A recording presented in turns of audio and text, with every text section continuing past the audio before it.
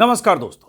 छत्तीसगढ़ के युवा पत्रकार मुकेश चंद्राकर हत्याकांड की जांच कर रही एसआईटी ने 5 पन्नों की यह जानकारी प्रेस ब्रीफिंग की शक्ल में, प्रेस नोट की शक्ल में जारी की है। 5 पन्नों में एसआईटी ने बताया है कि किस तरह से मुकेश चंद्राकर की हत्या की पटकथा लिखी गई, किस तरह से मुकेश चंद्राकर को एक ठेकेदार के ठिकाने पर बुलाया गया और किस तरह से मुकेश चंद्राकर की हत्या की साजिश रची गई, किस तरह से मुकेश चंद्राकर की हत्या हुई, किस तरह से मुकेश चंद्राकर की हत्या के बाद और हत्या के दौरान साक्ष्य मिटाने की कोशिशें हुई और सुरेश चंद्राकर जो ठेकेदार था, जिसके ठेके में घोटाले, गड़बड़ी या सड़क निर्माण में जो धांधली थी, उसका खुलासा मुकेश चंद्राकर ने किया था। उस सुरेश चंद्राकर को बचाने की या सुरेश चंद्राकर ने खुद को बचाने की कैसी साजिश रची या क्या प्लान तैयार किया, यह सब 5 पन्नों में दर्ज है। लेकिन एसआईटी की इस रिपोर्ट पर आने से पहले आपको यह बताऊं कि बहुत सारे पत्रकार, छत्तीसगढ़ के पत्रकार अभी भी एसआईटी की प्रारंभिक जांच में जो जानकारियां हैं, जिसे एसआईटी ने कहा है कि जिला बीजापुर के पत्रकार स्वर्गीय मुकेश चंद्राकर हत्याकांड के संबंध में गठित एसआईटी द्वारा की गई कार्यवाहियों का मिनट टू मिनट डिटेल्स। तो पत्रकारों का कहना है कि इसमें कुछ बातें तो एसआईटी ने बताई है, लेकिन अभी भी बहुत सारी बातें छिपी है, बहुत सारी जानकारियां, बहुत सारे जो तथ्य हैं वो अभी सामने नहीं आए हैं। एसआईटी की जांच अभी अधूरी है और अभी पूरी तरह से ये 5 पन्नों को पढ़कर भी लग रहा है कि बहुत ऐसी गुत्थियां हैं जिसे सुलझाया जाना बाकी है।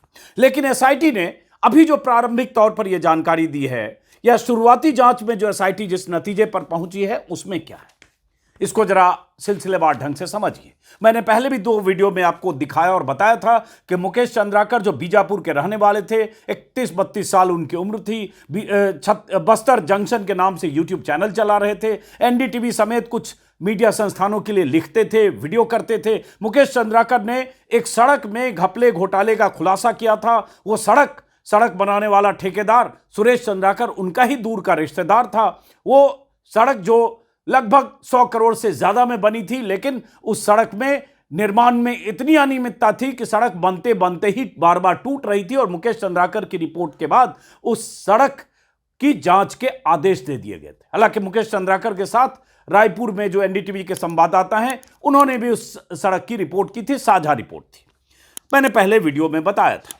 लेकिन इस एसआईटी की रिपोर्ट में जो बातें हैं उसको सुनना जरूरी है। एक ये भी है आखिरी पन्ने में कि सुरेश चंद्राकर जो ठेकेदार है, जिस पर आरोप लगे और सब पकड़े गए हैं 4 लोग, सुरेश चंद्राकर, उसके 2 भाई रितेश चंद्राकर, दिनेश चंद्राकर और एक और उनका सुपरवाइजर, ये सब सलाखों के पीछे हैं।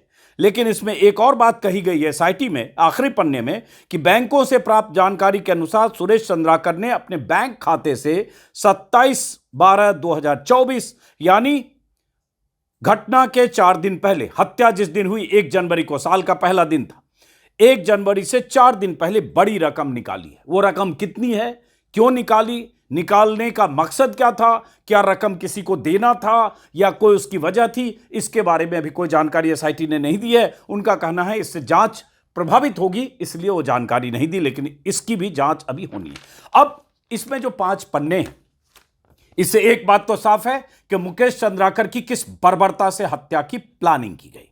क्या इसमें का बहुत सारी बातें हमने जो अंदेशा 3 दिन के वीडियो में जताया था कि सुरेश चंद्राकर जो ठेकेदार है, वो ठेकेदार मौके पर मौजूद न दिखे, अपनी गैर मौजूदगी दिखाए, इसलिए जहां हत्या की गई बीजापुर में, वहां रितेश चंद्राकर जो सुरेश चंद्राकर का भाई था, वो और उसके जो गुर्गे थे या सुपरवाइजर है जो पकड़ा गया महेंद्र राम टेके नाम का आदमी, उसकी मौजूदगी तो दिख रही है। सुरेश चंद्राकर ने पहले प्लान किया कि वो कहीं और दिखे ताकि उसे इस हत्याकांड से कनेक्ट न किया जाए। इसका भी खुलासा एसआईटी ने किया। बावजूद इसके अभी इसमें जांच अधूरी लगती है और ऐसी दिशा जांच की जा रही है जिसमें सुरेश चंद्राकर कल को बच जाए तो कोई आश्चर्य नहीं। बहरहाल इसमें क्या है, एसआईटी ने जो 5 पन्ने में लिखे हैं कि पुलिस द्वारा गुमशुदा के भाई युकेश के द्वारा जीमेल पर अपडेट हुए लास्ट लोकेशन को बताया गया, जो चट्टानपाड़ा स्थित बाड़े का था।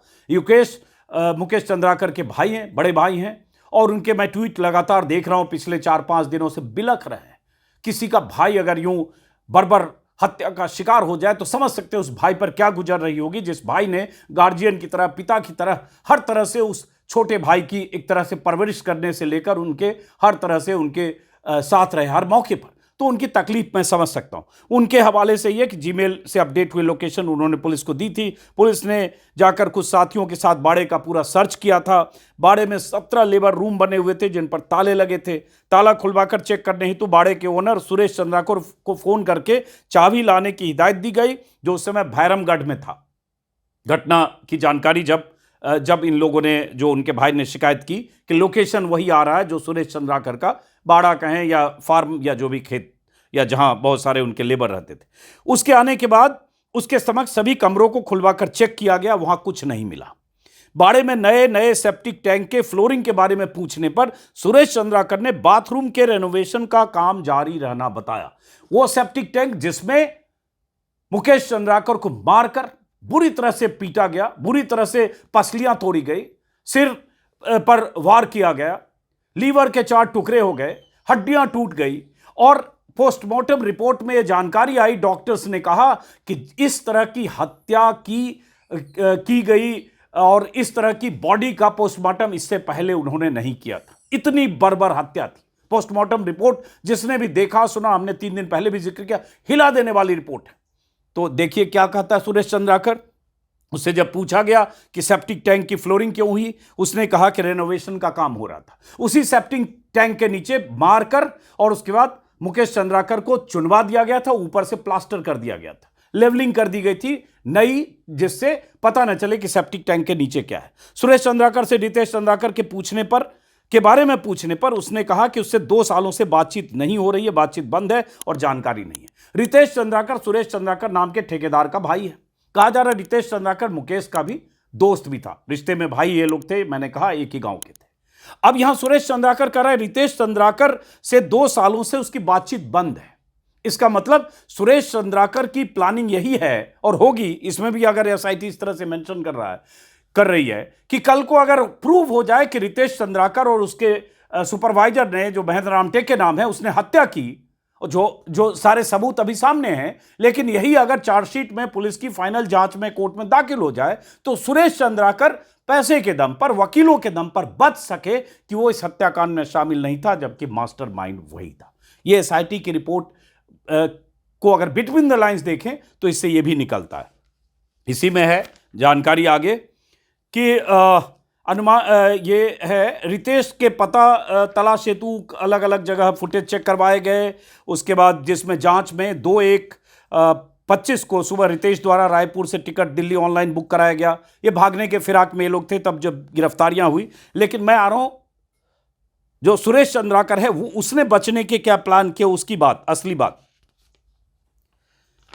उसमें है कि विस्तृत पूछताछ में तथ्य सामने आए कि मुकेश चंद्राकर इनका रिश्तेदार था, एनडीटीवी में पत्रकार था और ठेका कार्य के विरुद्ध ही न्यूज लगा रहा था, जिसका हमने जिक्र किया। उस सड़क की तस्वीर रानू तिवारी एक वस्तर टॉकीज करके वेबसाइट, माफ करें, यूट्यूब चैनल चलाते हैं और बहुत लोकप्रिय पत्रकार हैं बस्तर के, बहुत शानदार काम करते हैं। उन्होंने उस सड़क की तस्वीर भी दिखाई थी जो स्क्रीन पर पीछे आप देख रहे हो। वो सड़क जो टूटी फूटी सड़क है, हाथ से उखाड़कर सड़क के 2-2 फीट के हिस्से आप उखाड़ कर ले जा सकते हैं, ऐसी सड़क बनी थी इस सुरेश चंद्राकर की तरफ से और इसी का खुलासा किया था। उस सड़क की रिपोर्ट की थी मुकेश चंद्राकर और उनके साथ जो एनडीटीवी के सहयोगी थे। तो इसमें लिखा है कि एनडीटीवी का पत्रकार था और इनके ठेका कार्य के विरुद्ध ही न्यूज चला रहा था, जिससे इनके ठेका कार्य की जांच शुरू हो गई थी। इस बात से नाराज सुरेश चंद्राकर के साथ मिलकर उसकी हत्या की साजिश रची, जिसे 1 जनवरी 2025 को रितेश चंद्राकर और महेंद्र राम टेके, जो इनका सुपरवाइजर था, ने मिलकर बाड़े के कमरा नंबर 11 में अंजाम दिया। वही जो जगह थी जिसकी तस्वीरें आ रही है, हमने भी अपने वीडियो में दिखाया था। दिनेश चंद्राकर ने घटना के बाद रात में ही आकर साक्ष्य छिपाने और इनको फरार करने में सुरेश चंद्राकर की पूर्व सुनियोजित योजना के मुताबिक मदद की। दिनेश चंद्राकर भी इनका भाई है।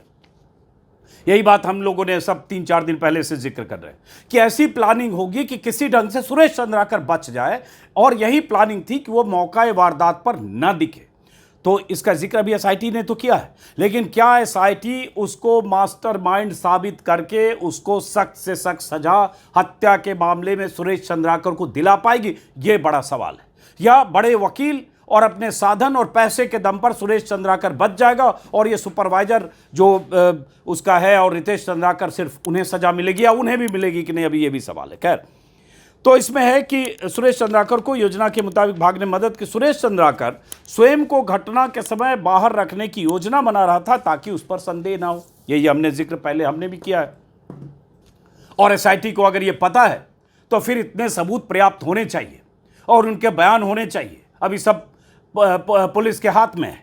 उसके बाद है कि पुलिस ने मामले में बिना देरी किए बिना देरी के अपराध पंजीकृत किया, जिसकी विवेचना के दौरान पुलिस ने तीनों आरोपियों दिनेश चंद्राकर, महेंद्र रामटेके को बीजापुर से, रितेश चंद्राकर को रायपुर एयरपोर्ट से हिरासत में लिया और उसके बाद घटना में प्रयुक्त वाहन, मिक्सर मशीन, भागने में उपयोग में लाए गए वाहन, घटना में प्रयुक्त आला, जरब, लोहे और अन्य भौतिक साक्ष्यों को बरामद किया। घटना में प्रयुक्त लोहे की रॉड और घटना से संबंधित भौतिक साक्ष्यों को इन्होंने नदी के किनारे जंगल झाड़ी में छुपा रखा था, ये पुलिस ने कहा है। अब यहां बात यह है कि सुरेश चंद्राकर मौजूद नहीं था, यह एसआईटी भी कह रही है। दिनेश चंद्राकर भी मौजूद नहीं था, तो मौजूद एसआईटी के मुताबिक रितेश चंद्राकर और महेंद्र रामटेके जो सुपरवाइजर। अब हत्या जिस ढंग से हुई है, जिसके बारे में doctors unofficially of the record कह रहे हैं कि ऐसी हत्या, और पोस्टमार्टम करने वाले करें, दो लोग मिलकर नहीं कर सकते। और हत्या के बाद सेप्टिक टैंक में दफन करके ऊपर से जिस ढंग से प्लास्टर किया गया, स्लैब ढाल दिया गया, ढलाई कर दी गई प्रॉपर, वो ठेकेदार नहीं कर सकता खुद, क्योंकि रितेश चंद्राकर सुरेश चंद्राकर नाम के ठेकेदार का भाई है और एक उसका सुपरवाइजर है। जाहिर है उसके लिए 2-4 मजदूर लगे होंगे, 2 तो लगे होंगे। उनके नाम कहां हैं? क्या 2 लोग, जिसमें एक ठेकेदार है और एक सुपरवाइजर है, क्या वो ढलाई कर सकता है? और ढलाई ऐसे कर दे कि किसी को पता न चले और उतनी मास्टरी के साथ कर दे, जो उसका काम नहीं है। ढलाई करने के लिए कारीगर होते हैं, राजमिस्त्री होता है। तो ये अभी जांच का विषय है और ये पता चलना बाकी है, जो इससे नहीं पता चल रहा है। कहीं ऐसा तो नहीं कि और बड़ी साजिश थी, कुछ और लोग शामिल हैं, जो और लोग शामिल हैं उनके नाम नहीं आ रहे।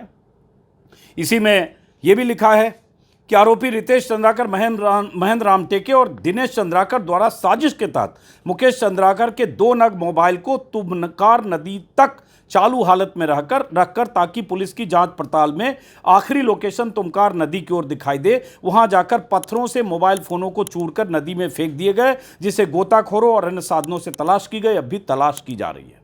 और तीनों आरोपियों को पुलिस ने गिरफ्तार कर कोर्ट में पेश किया और 8 तक रिमांड पर लिया था। 8 बीत गया 2 दिन पहले। और उसके बाद सुरेश चंद्राकर की गिरफ्तारी हैदराबाद से हुई, जो अपने वीडियो में मैं पहले भी बता चुका था। वो वहां से गया बीजापुर से जगदलपुर और वहां से फिर रायपुर होते हुए हैदराबाद चला गया, और सिर्फ इसलिए पहले चला गया ताकि, बार बार मैं कहता हूं, ताकि उसकी गैर मौजूदगी साबित हो सके कि वो तो जिस दिन कत्ल हुआ उस दिन मौका वारदात पर था ही नहीं, और इसलिए वो पैसे के दम पर, रसूख के दम पर छूट सके। तो बहरहाल एसआईटी की इस रिपोर्ट में अभी बहुत सारे पेच हैं। यह भी बताया कि सुरेश चंद्राकर ने इसमें लिखा, सुरेश चंद्राकर से पूछताछ पर बताया कि मुकेश चंद्राकर इनका रिश्तेदार लगता है। उसने बाद में अपने चैनल पर इनके खिलाफ न्यूज़ लगा रखा था, जिससे इनकी जांच शुरू हो जाने को कारण बताया कि जांच शुरू हो गई। एसआईटी द्वारा सभी गिरफ्तार आरोपियों को अलग अलग रखकर लगातार 2 दिन 2 रात उनके मोबाइल नंबर खंगालकर सीडीआर के आधार पर इंट्रोगेशन किया गया और महत्वपूर्ण संबंधित साक्ष्य मिले, जिन्हें विवेचना में लिया गया है। तो ये सब तो इसमें है, लेकिन असली बात यही है कि पूरी जांच अभी भी की जानी है, जिसमें मोटिव क्या था, क्या ये न्यूज़ की वजह से हत्या हुई, इसके पीछे और कोई कहानी है, उसके पैसे क्यों निकाले गए, क्या 2 ही लोग थे, मुकेश चंद्राकर की हत्या की प्लानिंग अगर 4 दिन पहले की गई या कितने दिन पहले की गई तो किनके इशारे पे की गई, क्या इसमें कोई पॉलिटिकल एंगल है, कोई राजनेता का हाथ है, जैसा बहुत सारे स्थानीय लोग कह रहे हैं, कुछ कांग्रेस के लीडर थे या कोई और थे जिससे भी उसकी खटपट मुकेश चंद्राकर की थी। ऐसी बहुत सारी कहानियां बस्तर के पत्रकार बता रहे हैं।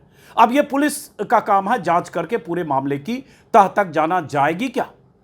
और जहां तक सुरेश चंद्राकर की बात है, कांग्रेस का स्थानीय नेता था, कांग्रेस नेताओं से उसके रिश्ते थे, 10-12 साल पहले तक 1500 रुपए की नौकरी करता था, सेवादार था एसपी का, और 10 सालों में उसकी इतनी तरक्की हुई, इतने बड़े बड़े ठेके मिले कि आज 120 करोड़ का ठेका लेके सड़क बना रहा था। और करोड़ों रुपए उसने खर्च किए 2 साल पहले अपनी शादी में, हेलीकॉप्टर से बारात लेकर गया और अपनी अय्याशी राजशाही जिंदगी की वजह से इलाके में चर्चित भी था। ये सब कांग्रेस नेताओं से कनेक्शन, भूपेश बघेल की सरकार में मिले ठेके, और ठेके में जितने का ठेका मिला उसमें उसने कई गुना पैसे कमाए और ठेके में सड़क निर्माण कैसे किया उसकी तस्वीरें लगातार आ रही है। तो सवाल ये उठता है कि आज तो बीजेपी की सरकार है, बीजेपी नेता कह रहे हैं कि वो कांग्रेस का नेता था, तो आज तो आपके पास वक्त है कि अगर वक्त है, सिस्टम है, सरकार है, पुलिस है, सब कुछ है कि अगर वो कांग्रेस का था, जो था, जिसके सबूत हैं, तो फिर अब तो बेमुरवत होकर कम से कम जांच करके पूरी तस्वीर तो सामने आए कि पूरा मामला क्या है।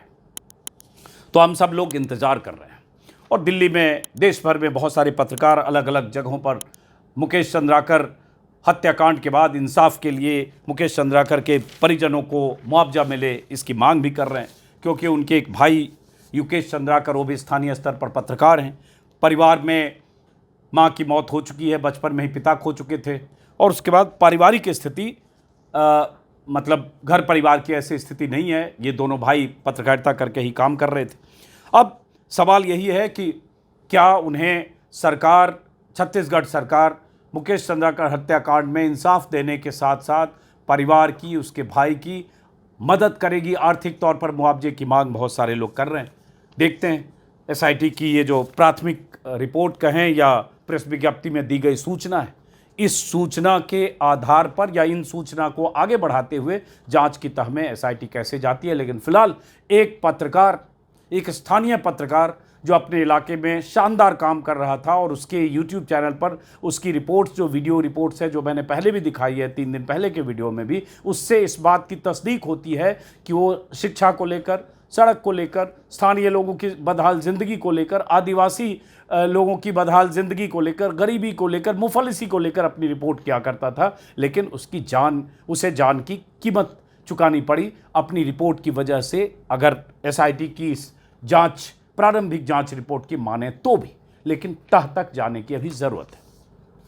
वीडियो को ख़त्म करते हुए, चूँकि ये कोई पहला मामला नहीं है, देश के अलग अलग हिस्सों में ऐसे पत्रकार बीते 10 सालों में, उसके पहले भी, रेत बजरी माफिया के खिलाफ रिपोर्ट करने वाले पत्रकार, खनन माफिया के खिलाफ रिपोर्ट करने वाले पत्रकार, ठेकेदार के धंधे में लगे, ठेके के धंधे में लगे माफिया के खिलाफ रिपोर्ट करने वाले ऐसे पत्रकार, शराब माफिया के खिलाफ रिपोर्ट करने वाले पत्रकार, ऐसे तमाम पत्रकार अपनी जान भी गंवाते हैं, हमले का शिकार भी होते हैं और उसके बाद उनके साथ जो घटना होती है उसकी गूंज दिल्ली या देश भर में उस तरह से नहीं होती, क्योंकि वो छोटे शहरों के पत्रकार होते हैं। मुकेश चंद्राकर की हत्याकांड के बाद हम जैसे लोग लगातार अपनी बात कर रहे हैं। दिल्ली में प्रेस क्लब में अभी 2 दिन पहले, 3 दिन पहले बहुत सारे पत्रकार जुटे थे, सबने इंसाफ की मांग की है। हम इंतजार करेंगे कि इंसाफ भी मिले और जो मास्टरमाइंड है सुरेश चंद्राकर, उसे सख्त से सख्त सजा मिले, कोई ऐसी गुंजाइश ना हो कि वो बच जाए। और इसमें अगर और लोग शामिल हैं, इसके पीछे और कोई एंगल है, इसके ऊपर कुछ लोग हैं, तो उन सब के बारे में भी खुलासे हो। मैं दिल्ली में हूँ, यहाँ से सैकड़ों किलोमीटर दूर छत्तीसगढ़, रायपुर, बीजापुर, जगदलपुर है। यहाँ से मैं अंदाज़ा नहीं लगा सकता हूँ, लोगों से बात ही करता हूँ। आज भी मैंने रानू तिवारी, जो वहाँ बस्तर टॉकी चलाते हैं, उनसे बात की। जो स्थानीय स्तर पर जानकारियाँ छन छन कर आती है, उसी आधार पर मैं बात कर सकता हूँ। लेकिन पुलिस का काम है, पुलिस की जिम्मेदारी कि सच सामने आए, पूरा सच सामने आए। वीडियो खत्म करते ये मेरी प्रिय कविता है। कई बार ऐसे मौक़ों पर मैं इस कविता का पाठ करता हूँ, बहुत सारे लोग करते हैं। राजेश जोशी की कविता है, मध्य प्रदेश के कवि हैं। जो इस पागलपन में शामिल नहीं होंगे मारे जाएंगे, जो इस पागलपन में शामिल नहीं होंगे मारे जाएंगे। कटघरे में खड़े कर दिए जाएंगे जो विरोध में बोलेंगे, कटघरे में खड़े कर दिए जाएंगे जो विरोध में बोलेंगे। जो सच सच बोलेंगे मारे जाएंगे। बर्दाश्त नहीं किया जाएगा कि किसी की कमीज हो उनकी कमीज से ज़्यादा सफ़ेद, कमीज पर जिनके दाग नहीं होंगे मारे जाएंगे।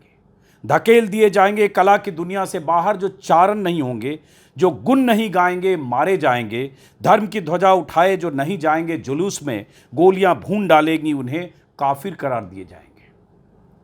सबसे बड़ा अपराध है इस समय निहत्थे और निरपराधी होना, जो अपराधी नहीं होंगे मारे जाएंगे। बहरहाल मुकेश चंद्राकर मारे गए हैं, इंसाफ का तकाजा है, इंसाफ का इंतज़ार है और उम्मीद तो आखिर सरकार और सिस्टम से। फिलहाल इस वीडियो को यहीं ख़त्म करते हैं, फिर मुलाकात होगी। नमस्कार।